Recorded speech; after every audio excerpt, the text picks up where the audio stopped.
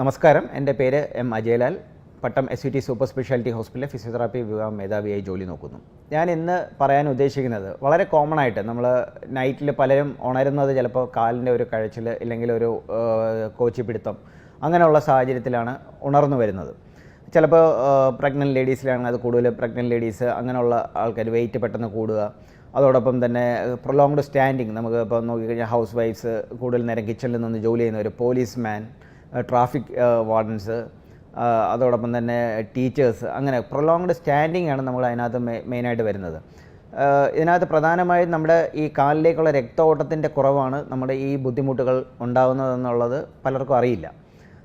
അത് നമുക്ക് എന്തെങ്കിലും മസിൽ ക്യാച്ച് വന്നതാണ്, ഇല്ലെങ്കിൽ കോച്ച് പിടിച്ചു എന്നൊക്കെ പറഞ്ഞായിരിക്കും രാവിലെ എണീക്കുന്നത്. ഇപ്പോൾ രാത്രി ചിലപ്പം എണീച്ചു ഒത്തിരി നേരം ഇരുന്ന് കഴിഞ്ഞാൽ മാത്രമേ അത് മാറുന്ന ഒരു സാഹചര്യം കണ്ടിട്ടുള്ളൂ. അപ്പോൾ അത് കൃത്യമായിട്ട് നോക്കിക്കഴിഞ്ഞാൽ നമ്മുടെ കാലിലേക്കുള്ള ബ്ലഡ് ഫ്ലോ കുറയുന്നതാണ്. നമുക്ക് കാലിലേക്കുള്ള ബ്ലഡ് ഫ്ലോ വരുമ്പോഴത്തേക്ക് തിരിച്ച് നമ്മുടെ അശുദ്ധമായ രക്തവും തമ്മിലുള്ള ഒരു യാത്രയുടെ ഇടയിൽ വരുന്ന ഒരു ഇതാണ്. അപ്പോൾ അത് നമുക്ക് ഒരു വാൽവ് വെച്ചിട്ടാണ് നമ്മൾ അതിനകത്ത് കൺട്രോൾ ചെയ്തിരിക്കുന്നത്. അപ്പോൾ വാൽവിന് എന്തെങ്കിലും പ്രോബ്ലംസ് വരികയും വാൽവിൻ്റെ ചുറ്റുമുള്ള മസിൽസിനൊക്കെ ഒരു ബലക്കുറവ് സംഭവിക്കുകയും ചെയ്തു കഴിഞ്ഞാൽ അത് തിരിച്ചുള്ള ഒരു ഫ്ലോ വരുന്ന സമയത്താണ് നമുക്ക് ഈ രണ്ട് ബ്ലഡും തമ്മിലുള്ള ഒരു സിങ്കിങ് വരുന്ന സമയത്ത് നമുക്ക് ഈ കാലിലെ ബുദ്ധിമുട്ടുകൾ വരുന്നത്. ഇത് വാൽവിന് ഡെഫിസിറ്റ് വരുന്നത് കൊണ്ട് നമുക്ക് ചിലപ്പോൾ വെരിക്കോസ് വെയിനിൻ്റെ സാധ്യത ഇത് കാരണമാണ് ഉണ്ടാവാറുള്ളത്. അപ്പോൾ ഇത്തരം കാര്യങ്ങളിൽ എന്ത് ചെയ്യാമെന്നുള്ളതാണ് ഞാനിന്നിവിടെ ഇപ്പോൾ പറയുന്നത്. നമ്മൾ രാത്രി കിടക്കുന്നതിന് മുമ്പ് നമ്മൾ ഡീഹൈഡ്രേഷൻ ഇല്ലാതിരിക്കാൻ ശ്രദ്ധിക്കേണ്ടത്. നമ്മൾ പകലാണെങ്കിൽ പോലും നമ്മൾ കൂടുതൽ നേരം ജോലി ചെയ്ത് നമ്മൾ നിൽക്കുന്ന സമയത്ത് വെള്ളം കുടിക്കുന്നത് വളരെ പതിവായിട്ട്, ഇപ്പോൾ റോഡിലൊക്കെ ട്രാഫിക് അങ്ങനെയൊക്കെ വാർഡൻസും പോലീസൊക്കെ നിൽക്കുന്നവർക്ക് ചിലപ്പോൾ എപ്പോഴും വെള്ളം കൂടെ കൊണ്ടു നടക്കാൻ കഴിയത്തില്ല. അപ്പോൾ അവർ എല്ലാം ചെയ്യേണ്ടത് ഡീഹൈഡ്രേറ്റഡ് ആവാതെ നോക്കുക എന്നുള്ളതാണ്. നമ്മുടെ ബോഡിയിലെ ജലാംശം കുറയുമ്പോഴത്തേക്കാണ് നമ്മുടെ മസിൽസിനൊക്കെ ക്രാംസ് വരാനുള്ള സാധ്യത കൂടുതലായിട്ട് കണ്ടുവരുന്നത്. അപ്പോൾ വാട്ടർ ഏറ്റവും കൂടുതൽ, നമ്മുടെ ഫ്ലൂയിഡ് ഇൻടേക്ക് ഏറ്റവും കൂടുതൽ ഉണ്ടാവണം. അതോടൊപ്പം തന്നെ രാത്രി കിടക്കുന്ന സമയത്ത് നമുക്ക് ചെയ്യാവുന്ന ഏറ്റവും എളുപ്പമുള്ളത് ഒരു ക്രൈപ്പ് ബാൻഡേജ് അങ്ങനെ എന്തെങ്കിലും ചുറ്റുകയാണെങ്കിൽ നമുക്ക് കുറച്ചുകൂടി DVT. ഇപ്പം നൈറ്റിൽ നമുക്ക് സ്റ്റോക്കിങ്സ് ഇട്ടില്ലെങ്കിലും നമ്മൾ ഡേ ടൈമിൽ നമുക്ക് കംഫർട്ടബിളായിട്ട്, നമ്മൾ കൂടുതൽ നേരം നിന്ന് ജോലി ചെയ്യുന്ന ആളാണെങ്കിൽ ഒരു സ്റ്റോക്കിങ്സ് കാലിൽ ഇടുകയാണെങ്കിൽ നമ്മുടെ ആ ഒരു പ്രഷർ വേരിയൻ്റ് കാരണം നമുക്ക് ആ ഒരു DVTയുടെ ചാൻസസ് വളരെ കുറയ്ക്കാൻ പറ്റും. അതോടൊപ്പം നമുക്ക് കിടക്കുന്ന സമയത്ത് കട്ടിലിൻ്റെ ഹൈറ്റ്, ഇത് നമ്മുടെ കാല് അല്പം നമ്മൾ കിടന്നു കഴിഞ്ഞാൽ ഒരു 45 ഡിഗ്രി നമ്മുടെ നെഞ്ചിൽ നിന്നും അല്പം പൊക്കി കാല് വെച്ച് കിടക്കുകയാണെങ്കിൽ നമ്മുടെ ഈ ബ്ലഡ് ഫ്ലോ മെയിൻറ്റെയിൻ ചെയ്യാൻ പറ്റുന്നതാണ്. അപ്പോൾ അതിനകത്ത് നമ്മൾ ശ്രദ്ധിക്കേണ്ടത്, നമുക്കിപ്പം പില്ലോ വെച്ച് ചിലർ എലിവേറ്റ് ചെയ്ത് കിടക്കാറുണ്ട്. നമ്മൾ ഈ കാല് പില്ലോ വെച്ച് എലിവേറ്റ് ചെയ്ത് കഴിഞ്ഞാൽ നമ്മൾ ഉറക്കത്തിൽ ചിലപ്പോൾ പില്ലോ അതിൻ്റെ സ്ഥാനം മാറിപ്പോയി കഴിഞ്ഞാൽ നമ്മൾ വീണ്ടും കാല് രാവിലെ ബെഡിൽ തന്നെ ആയിരിക്കും കിടക്കുന്നത്. അപ്പോൾ അത്തരം സാഹചര്യം ഒഴിവാക്കാൻ വേണ്ടിയിട്ട് നമുക്ക് ചെയ്യാവുന്ന ലളിതമായ കാര്യം, കട്ടിലിൻ്റെ തന്നെ കാല് ഉയർത്തി വെക്കേണ്ടത്. അപ്പോൾ നമ്മൾ കാല് എവിടെയാണോ വരുന്നത് ആ ഭാഗത്ത് കട്ടിലിൻ്റെ കാലിൻ്റെ അടിയിൽ ഒരു ഇഷ്ടികയോ ഇല്ലെങ്കിൽ ഒരു വുഡൻ ബ്ലോക്കോ വെച്ചിട്ട് നമ്മൾ ഒരു അല്പം ഹൈറ്റ് പൂക്കി വെച്ച് കഴിഞ്ഞാൽ ആ ബ്ലഡ് ഫ്ലോ നമുക്ക് തിരിച്ച് കാലിലേക്കുള്ള ആ ഒരു ഫ്ലോ നമുക്ക് റീറ്റെയിൻ ചെയ്ത് കൊണ്ടുവന്ന് കഴിഞ്ഞാൽ തന്നെ നമ്മുടെ രാത്രിയിലെ ഉറക്കത്തിൽ ഈ ഒരു പെരുപ്പും ഈ കാലിൻ്റെ കഴച്ചിലിൻ്റെയും ഒരു സാധ്യത നമുക്ക് കുറയ്ക്കാൻ കഴിയും.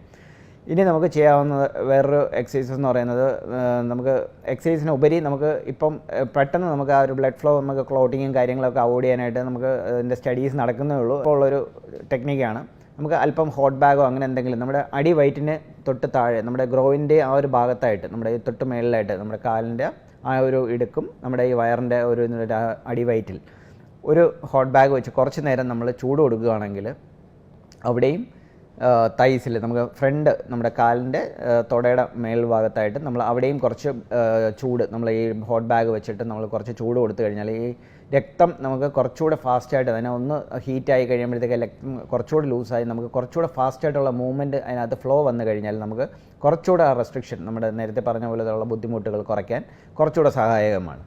ഇനി ഏറ്റവും ഇമ്പോർട്ടൻ്റ് ആയിട്ടുള്ളൊരു എക്സസൈസാണ് ഞാൻ ഇനി പറയുന്നത്, ബർഗേഴ്സ് എക്സസൈസ് എന്ന് പറയും. നമുക്ക് കൂടുതൽ നേരം നമ്മൾ ഈ ബുദ്ധിമുട്ട് അനുഭവിക്കുന്നവർക്ക് ഇത് വളരെ ചെയ്ത് നോക്കാവുന്ന ഒരു എക്സസൈസാണ്.